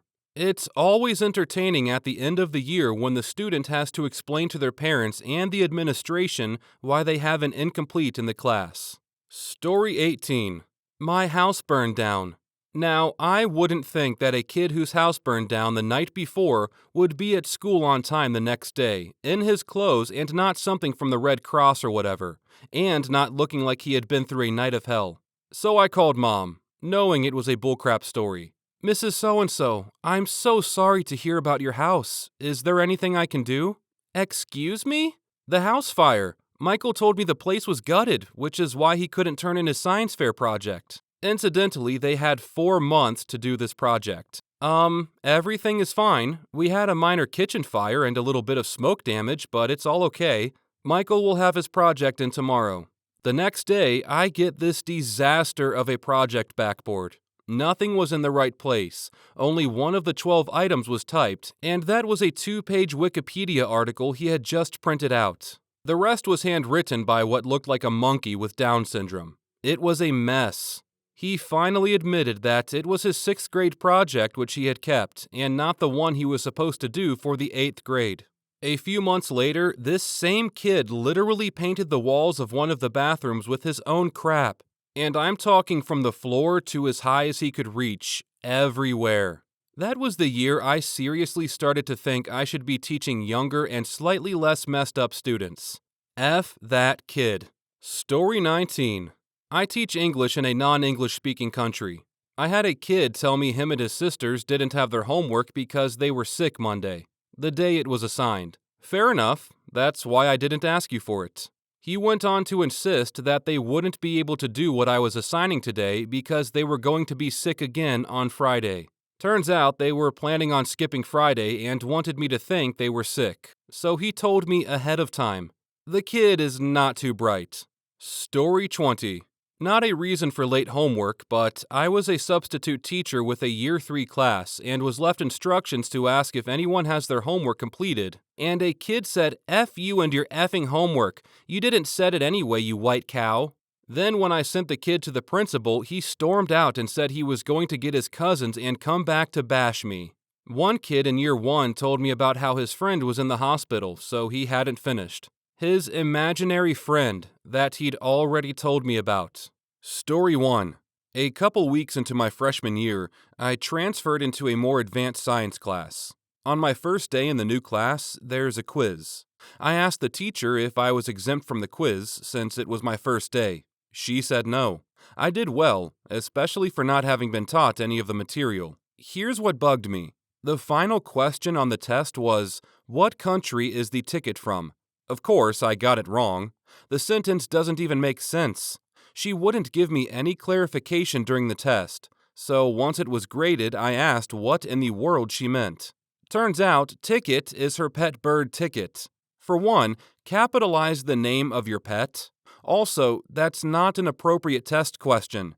I told the teacher I had no idea that it was her bird. She said, "Well, now that you know I'm talking about my bird, I'll give you another chance. What country is my bird from?" I was stunned that she thought I was now equipped to answer this question. I wasn't in class to hear her reveal where her bird was from. I guessed something like Chile. She says, "Wrong, it's Africa." Africa? That's not a country. I was so mad. She also arrogantly proclaimed every so often for the first few weeks if anyone spotted her making an error, they got an instant A for the year. I can't count how many times I busted her in class, but she never stuck to her word. Last of all, some random girls I didn't even know told the teacher I taught the bird swear words, and I got in trouble for that. I never said a word, much less swear words, to her bird. Story 2. In 6th grade, we had to write an essay at the beginning of the school year if we wanted to be on flag duty. There were 3 6th graders who were in charge of going outside and running the flag up the pole every morning and taking it down at the end of the school day. I had just come to the school the year before, and it was a very tight-knit small school, and I was a sci-fi nerd who was decidedly not cool. I knew it then too, and overcompensated by trying way too hard, which is the least cool thing you can do. I wrote an essay about how my father was in Vietnam, and the flag reminded him of home, how my grandfathers had gone to Germany and the Pacific in World War II, and what the flag meant, about my ancestors who fought under the flag and a different flag in the Civil War, and how 2 of my great-great-great-great-grandfathers had fought in the Revolution to establish that flag. I wrote about how from 13 stars to 50, through challenges within and without, my family had served their country. Regardless, I wasn't selected. You win some, you lose some. So at the end of the year, we are graduating from 6th grade and moving to junior high. This kid, Andy, who is one of the ones who was on the flag crew and was one of the cool kids, walks up to me just before the presentation and says, "Hey, you're going to get a certificate for being on the flag crew. We were supposed to tell you about the second week of school, but we didn't." As a kid who wanted to be a writer, I had spent the entire year thinking my persuasive essay wasn't good enough. But it was just this not wanting me to be there when he and his friend went out and did the flag. F you, Andy. Story 3. In 8th grade, my math teacher told me I hadn't turned in an assignment. A small enough thing, no? Well, I had done said assignment, but decided to do it again so that I could get the grade for it since he apparently didn't have it. And I turned it into the silly paper tray where we have to turn in our assignments. He refused to take them directly. Days pass and he pulls me aside again. "Where's the assignment?" he asks me. "I turned it in," I say. "I don't have it. You need to turn it in." At this point, I'm pretty irritated. But since he's stubborn and tells me to turn it in again, I do it yet another time and turn it in again. Weeks pass. This literally happened 6 more times. He still doesn't have the assignment and has been getting more and more angry at me every time he brings it up. I tell him that I turned it in and he should check his papers. He simply tells me I haven't turned it in and to stop lying to him. The entire grade is having a party to celebrate the upcoming graduation from 8th grade. I can't go since I'm missing the one assignment. Instead, I have to do the assignment yet again. I do it, he finally takes it with his own damn hands and not with the paper tray. Credit is given. A few weeks later, he's cleaning out his papers, all of them haphazardly tossed into milk crates. He says that we can't come and grab all of our papers that we've graded, since they and other things are in there. I go to look in the milk crates, and there I found 9 copies of that assignment total.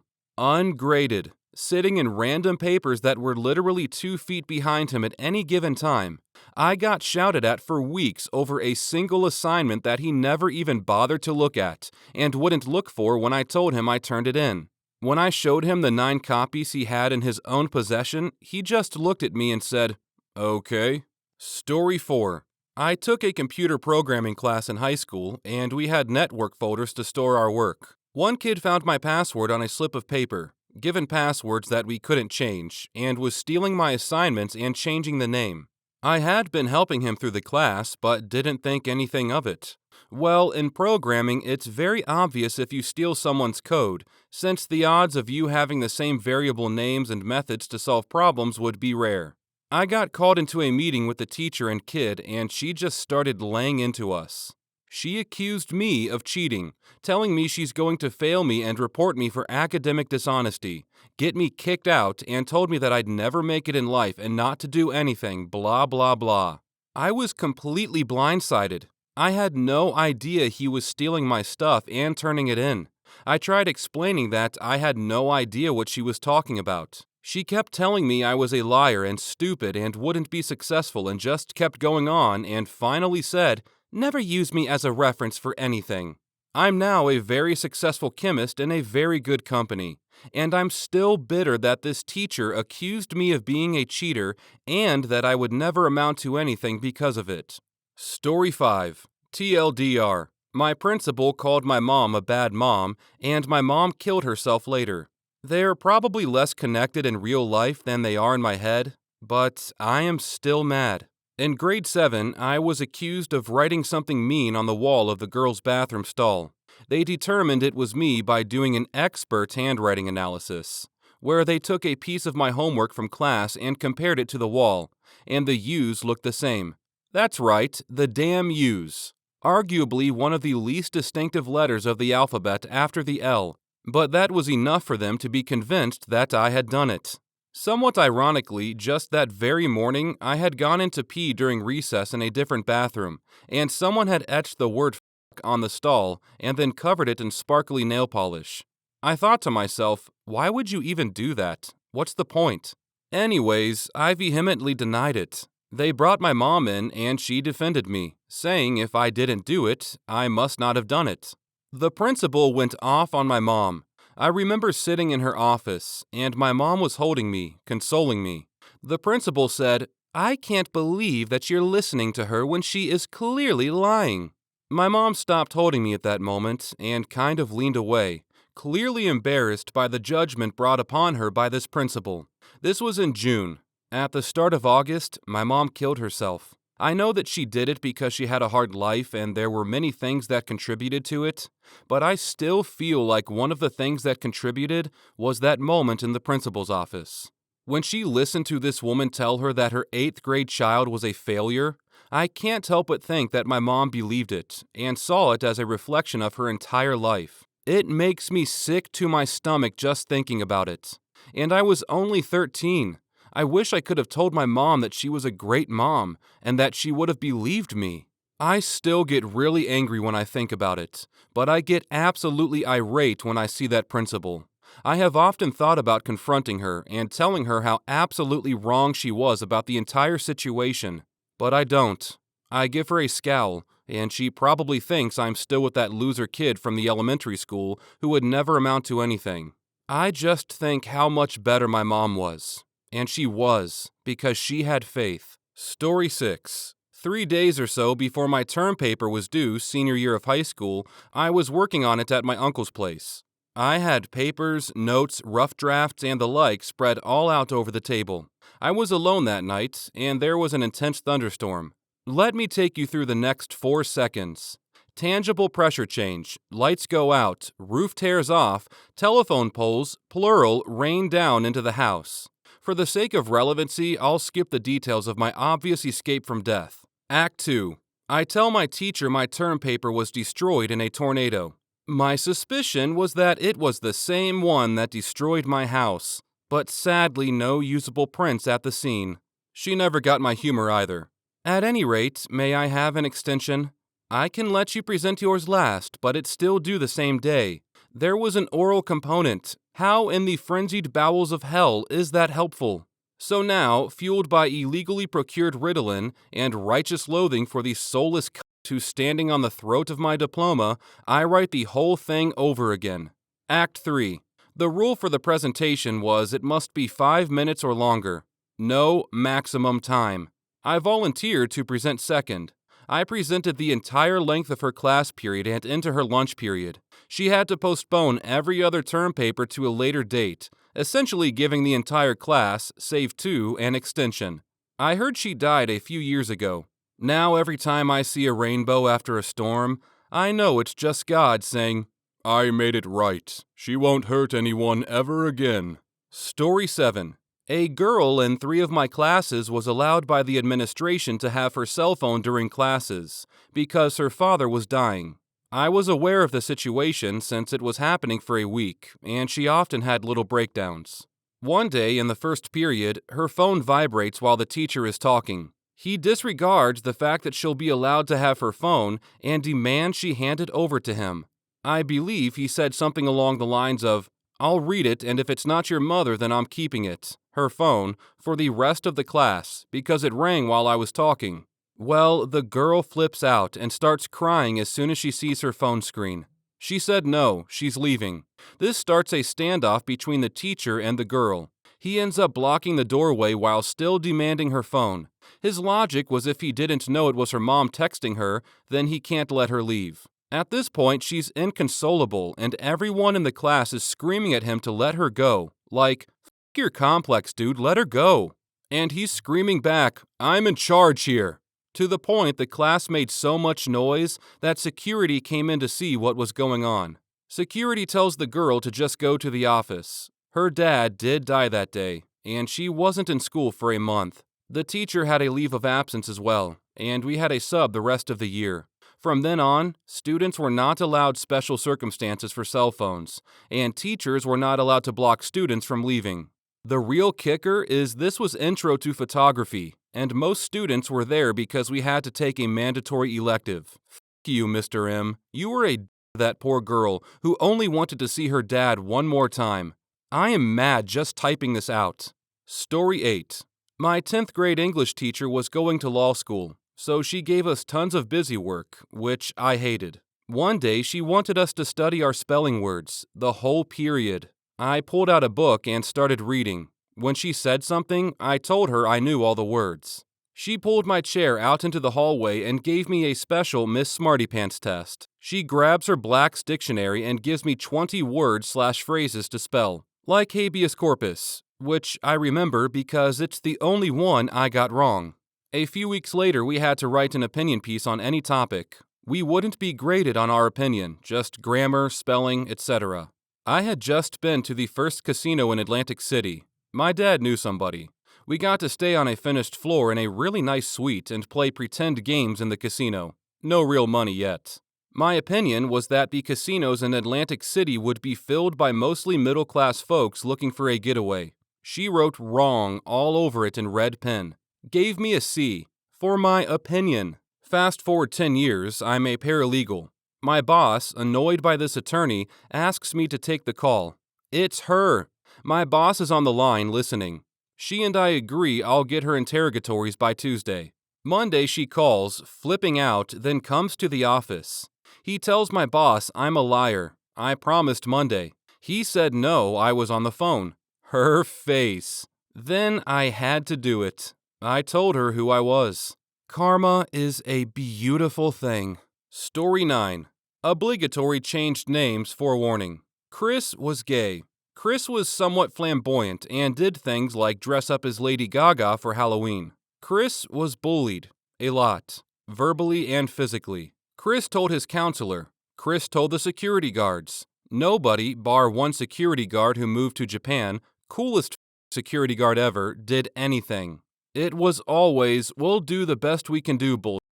So Chris decides that it's for the best if he has some way of protecting himself from his attackers.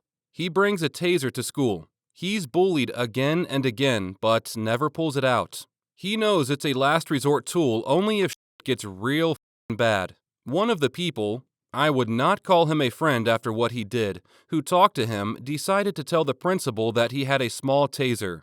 I get that Chris should not have had a taser, but the fact that he was suspended for it after he'd explicitly asked for help and asked for his abusers to be punished? I'm seriously still miffed. Story 10. Went to a small private Christian school as a closeted gay kid. It wasn't different than most schools, just sometimes the teachers would put a religious spin on some things. One day in a high school social class, there was a discussion on sin and how it isn't always so black and white, and our teacher, a single 50-year-old woman, was asking for examples. One of my classmates raised her hand and started talking about how not all Christians think being gay is evil. Teacher didn't really say anything, and the class ended right after. The next day, we walked into class with the lights off and the projector open to a PowerPoint. On the slides are all the verses in the Bible talking about how gays are evil and abominations. And our teacher goes through every one of them, explaining to us that we can't trust gays because they are the scum of the earth who are trying to destroy the world, blah, blah, blah. The best part is that 90% of my classmates actually agreed with her. And this was only 3 years ago. I still get so upset when thinking about it. That teacher put me into a cycle of depression and self-loathing for most of high school. And people ask me what's my problem with religion. Story 11. When I was a sophomore in high school, this kid got really sick with mono. So bad he was hospitalized. And the principal announced to the whole school about this kid. He said if you wanted to make a card for him and his family, you could drop it off at the front office. Of course, this kid was an athlete and a popular kid. Well, about a week later, I was hospitalized with histoplasmosis. It's an illness that attacks the lungs and damn near killed me due to the treatment I was taking. Well, I got better and went back to school after about a month of being in the hospital and in a coma. When I get back, no one realized I was that bad off. I asked if the school let everyone know, and the school did not. It just bugs the shit out of me, because I knew just about everyone in my class, and no one knew I was in the hospital and could die. Not even one single card was sent to me. I cared, but didn't care enough to make a huge stink about it. What really pissed me off was my shitty English teacher, who failed me and treated me like shit when I got back. When she told me I would fail even though I had taken the final and gotten a B, I got up and walked out of her class after calling her shit teacher. I took the class over again during the summer, but that still pisses me off how I was treated differently because I didn't play sports. Story 12. The first math test of the semester. Did an extra step on every equation. God knows why, but every problem had the answer in the work, but an incorrect answer circled. Still got a 0. One kid who didn't even take the test had an unexcused absence for the day. The teacher made a deal with him for extra credit that would negate the test, provided he didn't have any more unexcused absences. I had perfect attendance, but no extra credit for me. Signed up with a tutor who helped me a lot. The lady was really a hero, but I still needed a crazy high score on the next test just to keep from failing. Me and the tutor studied like crazy. The teacher pushed the test back by a day and added more material. I wasn't confident about the material, but the teacher would not help me, and my tutor was unavailable until after the test. Just before the test, I came to the teacher's office and begged them to let me take the test a few hours later, so my tutor could explain the new material to me during my off period. I cried and everything. Teacher said yes, but I still had to be in the classroom while everyone else took the test. Class starts, teacher passes out tests and says, "It's been brought to my attention that some of you are struggling with the new material. It was unfair of me to spring that on you with such short notice, so we're going to take the test as a class." Effectively guaranteeing everybody 100% I tried to pick up a test. Teacher grabs my hand and says I already made a deal and can't go back on it. Pretty much tells the whole class I was crying in their office. Made me sit there and watch everyone get handed an A. I took the test a few hours later and got a B+, still not good enough to pass, and had to retake it in summer school. Never took math again, at least beyond general education, and still hate it today because of that teacher. Story 1. Tights and stockings at my all-girl prep school. They were a required part of our uniform until the faculty found out about a nifty study habit that was getting pretty popular. Writing crib notes on your thigh under the nylons. Then, during tests, you just had to cross your legs, maybe pull up the waistband, and the stocking would stretch just enough so you could see your notes. Story 2. When I was in high school, we got permanent markers banned. Someone organized a game of assassins where everyone is given a target to kill, and if you're successful, you inherit their target. It was $1 to enter, and the winner got the jackpot. We had around 150 students out of the 600 in the school participating. The objective was to mark your target with the Sharpie on their skin, and they were then declared dead. This could only be done in the hallway or the cafeteria, not in class or off campus. Well, our vice principal decided she wanted to participate, saying that if she won the money, she'd use it to buy something for the school. Fair enough, we thought, so we let her in. Well, one of my friends ended up with her as a target, so in between classes one day, he sneaks up behind her and does his best Sam Fisher assassination attempt, grabbing her mouth and slashing her throat with a Sharpie. Well, that was just too much emotional stress for our poor VP. She took his Sharpie, had him serve in-school suspension, and forced us to discontinue the game. No more Sharpies could be used by the students or staff. And no one knows whatever became of the prize money either. We kept it in a jar in our principal's office so no one could take it.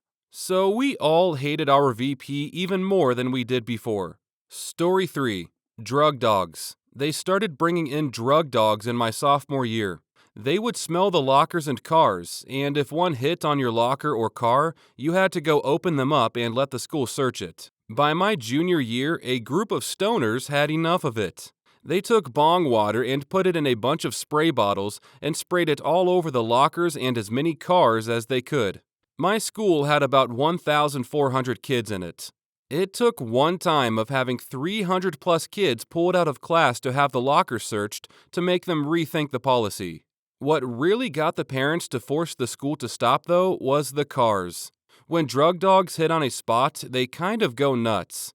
Imagine 25 plus cars getting a hit and having dogs scratch the hell out of the paint for a search that found nothing. There were a lot of parents that didn't push too hard, but some were demanding that the school pay for the damage. So, no more drug dogs. Story 4. The word buckle. I kid you not. Back in grade 7, a few kids in one class had it as a word on a spelling test and thought it would be funny to just shout it out randomly. The teachers, believing it to be a code word for something more sinister, decided to outright ban the word across the school. Needless to say, the faculty became the brunt of many jokes both from students and their parents. Story 5. Two-way hallways. Sounds crazy, right? The principal and his staff thought it would be a smart idea to have one-way hallways in order to cut down student traffic. If your locker was right around the corner and you had to go against the traffic in order to get there, you had to walk all the way around. If you passed your class on the way to your locker, you had to make 2 circles around the building. This significantly increased tardiness and write-ups. Terrible idea. Story 6. It doesn't translate well into English, but gay piles. Basically, if someone was on the ground because they fell or were wrestling with someone or whatever, this was middle school, someone would yell gay pile and everyone nearby would throw themselves in a pile on top of them. It wasn't a problem until some 20 plus kids decided to throw themselves on top of some poor guy. Story 7. Google. Our high school had some kind of contract with this really crappy school-appropriate search engine called NetTrekker. They banned using Google in school because it wasn't scholarly. Only NetTrekker was allowed. They tried extending this to beyond the school. They wanted us to use only NetTrekker for internet searches outside of school and sent home a pamphlet about internet rules outside the classroom. They said that students should not have Android phones. I got a referral for having a Moto X smartphone.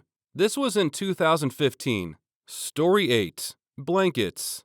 It was in the South, and they keep the AC on too high because it's so freaking hot outside. Girls would wear shorts to be cool when outside, but they'd get too cold inside. Thus, the blankets to keep their legs warm in class. Of course, blankets are opaque, and they were already being used to cover up legs. Well, if a girl started sharing a blanket with a guy, yeah, things could get a little handsy. Story 9. Candy necklaces at my middle school. One day, a couple of my friends came into the playground before school started with a candy necklace each, which immediately got everyone's attention. After we all demanded to know where they got them and how much they cost, from the corner shop down the street and 10 cents as I recall, one or two others said they might go and get one for themselves before school started. That might go turned into them sprinting to the shop once one kid figured out how to weaponize them. Holding one piece of candy between their teeth, stretching forward the elastic and biting down, it would catapult pieces of candy at whatever it was aimed at. That morning, a few kids bought a candy necklace each and played a game of firing bits at each other. The next morning, all 400 kids that attended that school were engaged in an all-out necklace war. Every single one of us must have had at least one and our own technique for maximizing the firing rate. After doing our best recreation of trench warfare all morning and having the kind of fun that only comes with an entire playground full of kids all playing the same game, we were all ushered into the assembly hall to be told that candy necklaces were now banned. Nobody lost an eye, just in case you were wondering. Story 10. Pogs and Pokemon cards in elementary school. Pogs because of those metal slammers they were afraid would be used as weapons. Pokemon cards because kids like to show off their first edition Charizards, and thefts and buyer's remorse trades happened often. A lot of people have pointed out that Pogs and Pokemon cards weren't a thing at the same time. That's mostly true, but elementary school for me was K through 6. Pokemon cards came out in January of 1999, which puts me in 6th grade. McDonald's did a big promotion for Power Rangers/VR Troopers that involved Pogs. I remember being psyched about these things, and so were all of my friends. VR Troopers did not come out until 1994, which puts me in 1st grade at the very least. Story 11. Titty Twisters. A weird dude in my class got a lot of laughs by letting people give him titty twisters.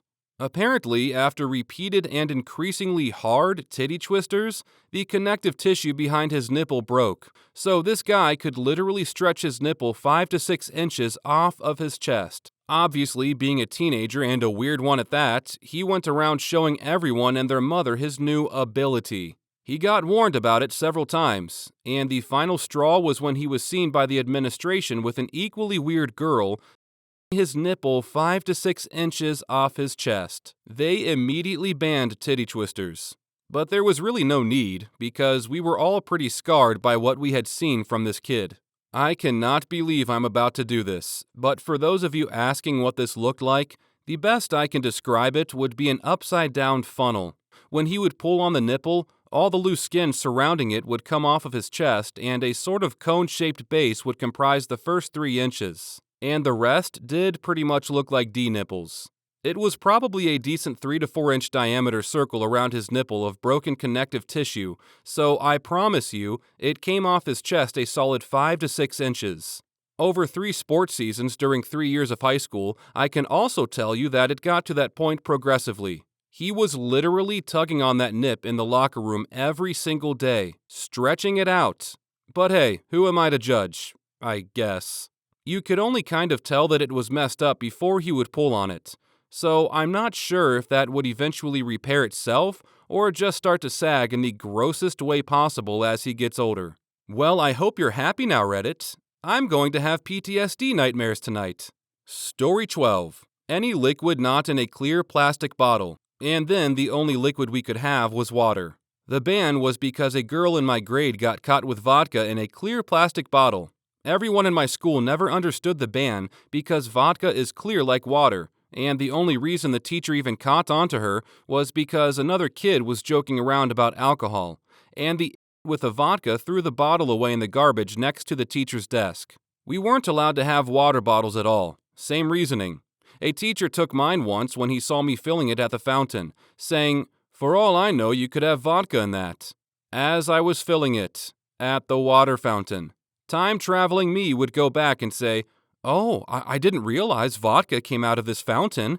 But at the time, I was just too dumbfounded to be that clever. Story 13. Toasters. We got in trouble for making toast in a math class because our teacher was notoriously oblivious. Like, we full-on snuck a toaster into the classroom and made toast with jelly and distributed it under the desks 2 class periods in a row. After getting chewed out for being disrespectful, we then designed our class shirts with the come and take it flag with a toaster in the middle. The head of the school somehow didn't find out about the shirt design until we had them and wore them to school, despite the fact that he was a class sponsor. That is awesome. All the other common areas were taken, so my friend group would hang out at the front of the school. The VP told us we could no longer congregate there as we were a fire hazard. He threatened to write us up if we didn't disperse, even after we told him that in the event of a fire, we would be the first out of the door. This went on for a week, until we got black t-shirts and printed fire hazard on them. We wore them a lot. He banned shirts that said fire hazard on them, so we printed shirts that said still not on fire. He banned amateur printed shirts, so we had them professionally printed by an internet company and kept the receipts with us. Eventually, the ringleaders got called into a meeting where the superintendent told him to stop harassing us.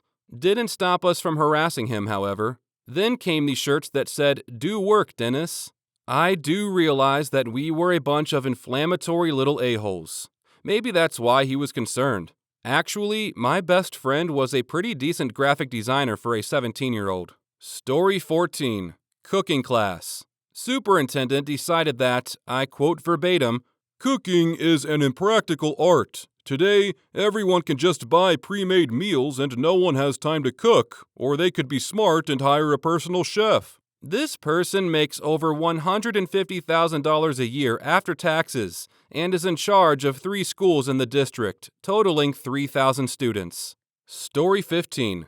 Wearing a white t-shirt in middle school. Lived in an area where there was suburban, rural, and a sprinkle of urban within a 15-mile radius, so everyone got mixed together. Well, a small handful of the rural kids decided White Wednesday was gonna be a thing. You wear a white t-shirt to represent... At first, it was a small handful. Then the suburban kids saw a lot of people wearing white, so they did it too, most not knowing why. Before you know it, things got bad quick, so the school said no white t-shirts. I'm completely okay with being proud of your race, heritage, etc. I'm Jamaican, and I rep the culture every chance I get. But being one of the few black kids in the whole school, it got intimidating. Especially kids yelling, "I'ma paint this bus blue and spray the N-word on the side." When you're the only black kid on the bus, it's clear who they're forming against. Story 16. Sack whacking. Guys would hit each other in the balls as a prank, or whatever. Apparently, it was causing a big enough problem that the entire school had to attend an assembly where the deputy principal informed everyone. There has been a large outbreak of sack whacking. Entire school was laughing so hard, even the deputy, who was a really strict and uptight guy, started laughing his butt off. We were also banned from playing with large balls, basketballs, soccer balls, etc., at the same assembly. That was also received very well. Story 17. Shag bands. These plastic rubber bracelet things. Basically, if someone broke your shag band, you supposedly had to have sex with them. A natural law according to some, but never to my knowledge ever enforced. The school got wind of it and became horrified that a bunch of 13-year-olds would ever think something like this was reasonable and came down on us with an iron fist. I vividly remember one teacher scornfully saying, "So-called shag bands," and then spit in disgust. It was hilarious. Story 18. Any type of coin. Seriously. High school, about 7 or 8 years ago, I was a freshman eating lunch, and then heard some screaming and some kid being rushed out of the cafeteria. Turns out, some kid whipped a quarter across the cafeteria, and it flew kind of like a frisbee right into this kid's eye and sliced it, which completely tore it open.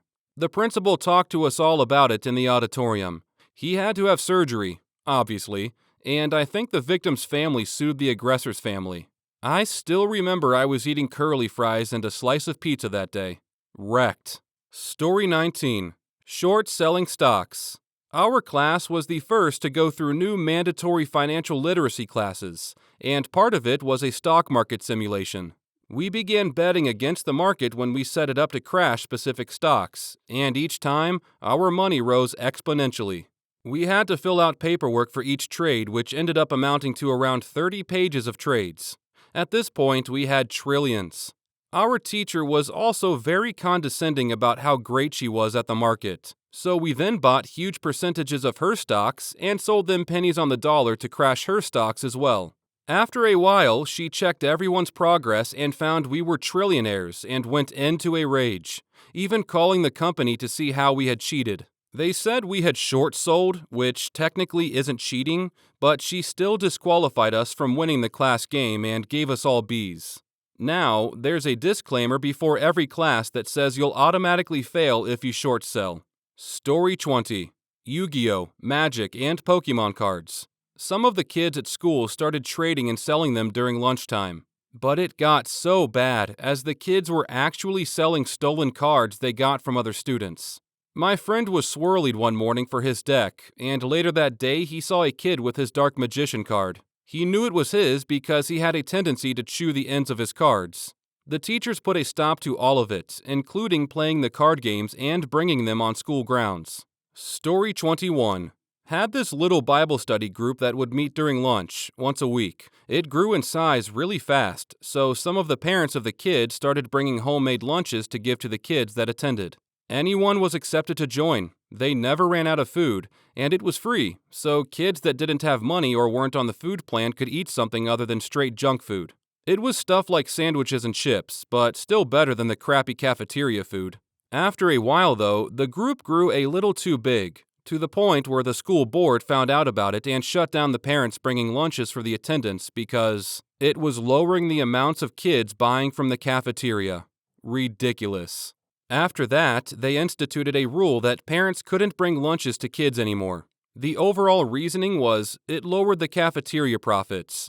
So if you didn't have money or lunch, you were out of luck. If this was a public school, then that excuse they gave you was just pure BS. I'm on a school board, and at least for my school, the cafeteria doesn't have any profits. Any funds they collect for students who could afford to purchase lunches went right back into the food fund and was returned to ODE, Ohio Department of Education, at regular intervals. More likely than not, they were told that there could be some risk to having a Bible study group on school grounds, and they decided to clamp down on it before they got in trouble. Remember, many school boards are strictly volunteers who may or may not have any legal experience. They'd rather not get sued by a wayward, upset parent when all the board is doing is volunteering their time. Story 22.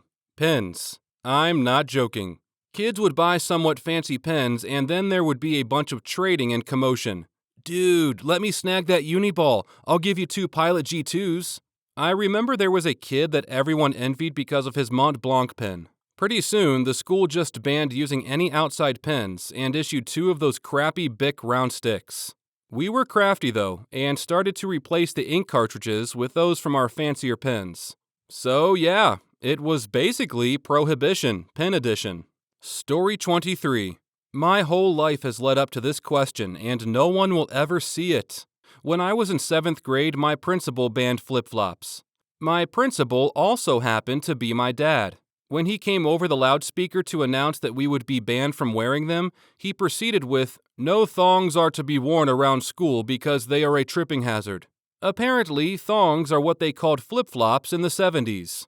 I wanted to die. Story 24. Sweaters with zippers. A new progressive principal found a correlation between those dang hoodlums and zippered sweaters.